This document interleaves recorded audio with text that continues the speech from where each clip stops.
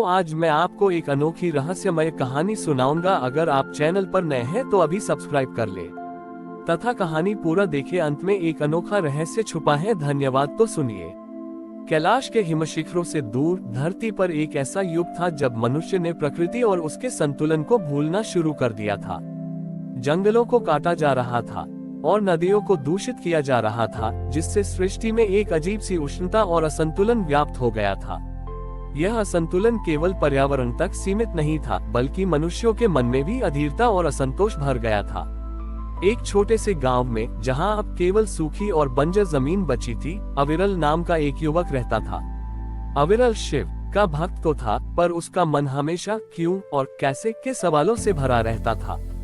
वह निरंतर तर्क करता था कि यदि शिव कल्याणकारी है तो वे इस बढ़ते हुए दुख और गर्मी को क्यों नहीं रोकते।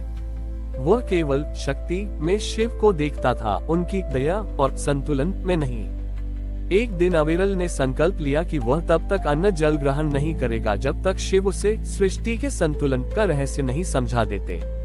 वह गांव के बाहर एक सूखे पेड़ के नीचे बैठकर ध्यान में लीन हो गया। उसका ध्यान तपस्या कम और शिव के प्रति एक रोषपूर्ण आग्रह अधिक था। कई दिन बीत गए और अविरल का शरीर क्षीण होने लगा। उसी समय भगवान शिव ने एक छोटी बच्ची का रूप धारण किया, जिसके बाल उलझे हुए थे और जो फटे हुए वस्त्र पहने थी।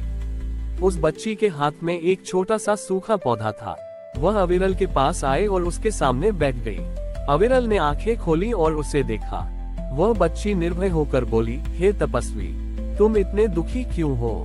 क्या तुम शिव से लड़ रहे हो? अविरल ने गुस्से में कहा, मैं लड़ नहीं रहा हूँ, मैं न्याय मांग रहा हूँ। शिव इस धरती को जल क्यों नहीं देते?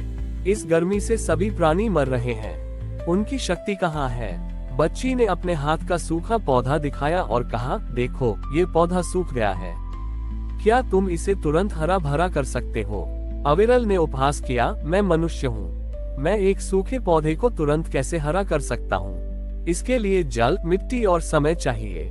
बच्ची मुस्कुराई, तो फिर तुम उस शिव से, जो इस संपूर्ण ब्रह्मांड के माली हैं, यह उम्मीद क्यों करते हो कि वे तुम्हारे एक पल के आग्रह पर प्रकृति के लाखों वर्षों के चक्र को तुरंत बदल दें? तुम चाहते हो कि वे अपनी शक्ति का उपयोग तुम्हारे तत्काल संतोष के लिए करें, न कि संपूर्ण सृष्टि के दीर्घकालिक संतुलन के लिए।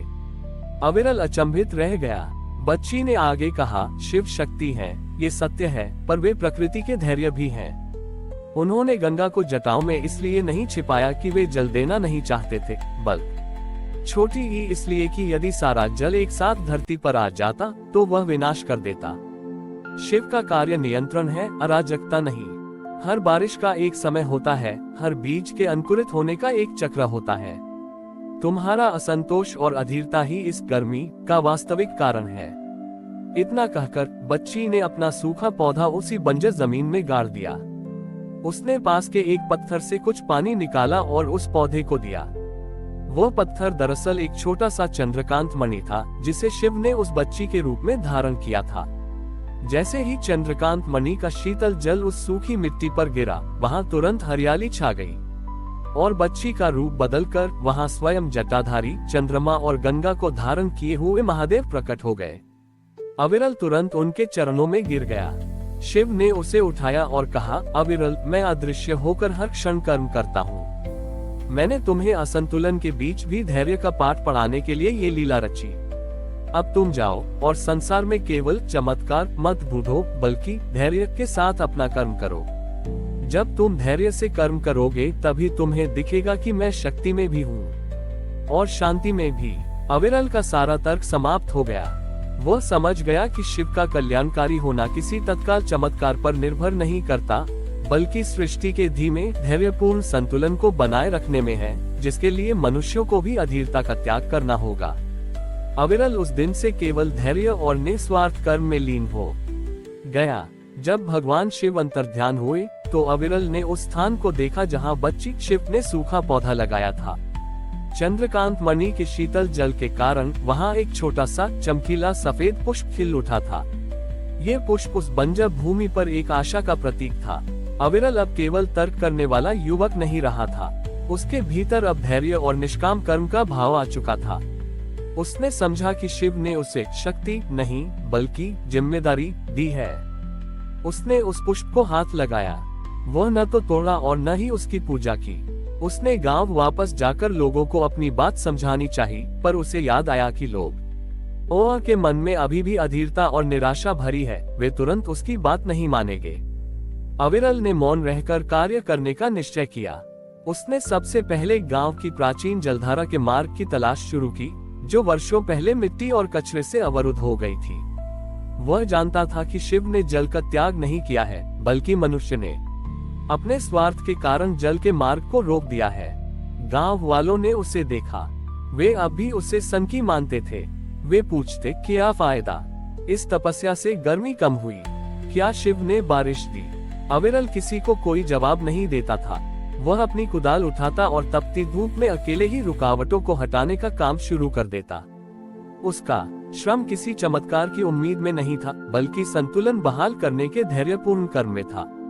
पहले दिन केवल एक बूढ़ा किसान जिसका नाम धीर था, अविरल की लगन देखकर उसके साथ जुड़ गया। धीर ने कहा, तुम जो कर रहे हो, मुझे उसमें शिव का धैर्य दिखता है। मैं तुम्हारे साथ हूँ। अगले दिन 2 और लोग जुड़े, फिर 4। धीरे धीरे अविरल का निस्वार्थ और मौन श्रम गांव वालों को प्रेरित करने लगा। उन्होंने देखा कि अविरल न तो किसी लाभ की उम्मीद कर रहा है और न ही किसी प्रशंसा की। वह बस कारण पर काम कर रहा है, परिणाम पर नहीं। पूरे 1 महीने के अथक धैर्यपूर्ण श्रम के बाद एक शाम मिट्टी के नीचे से शीतल जल की एक पतली धारा फूट पड़ी। वह दृश्य किसी बड़े चमत्कार से कम नहीं था। लोगों की आंखों में खुशी और आश्चर्य था। वह जलधारा धीरे धीरे चौड़ी होती गई और गांव की सूखी भूमि को सींचने लगी। लेकिन अविरल रुका नहीं। उसने गांव वालों को समझाया कि केवल जल से सब कुछ नहीं होगा। हमें पेड़ लगाने होंगे और प्रकृति के संसाधनों का सम्मान करना होगा। गांव वालों ने मिलकर काम किया। उन्होंने अपने घरों के आसपास पेड़ लगाए और नदी को फिर से स्वच्छ बनाया। कुछ ही महीनों में गांव में हरियाली लौट आए और उस क्षेत्र का तापमान भी कम होने लगा। अविरल ने अपने तर्क का उत्तर पा लिया था। शिव शक्ति का उपयोग तब नहीं करते जब मनुष्य अधीरता से मांगता है, बल्कि जब मनुष्य धैर्य और जिम्मेदारी के साथ प्रकृति के नियमों का सम्मान करना सीखता है। उस दिन के बाद अविरल ने न तो कभी तपस्या की और न ही कभी शिव से कोई चमत्कार मांगा। वह केवल अपने कर्म में लीन रहा, ये जानते हुए कि सृष्टि का संतुलन बनाए रखना ही शिव की सच्ची पूजा है। हमारी और भी आध्यात्मिक एवं अनोखी कहानियां देखने के लिए हमारे चैनल पर जाएं तथा धार्मिक एवं पौराणिक अनोखी कहानियां हमारे चैनल पर है। कृपया जाके देखें तथा हमारे चैनल को सब्सक्राइब करके रखें और वीडियो लाइक जरूर करें।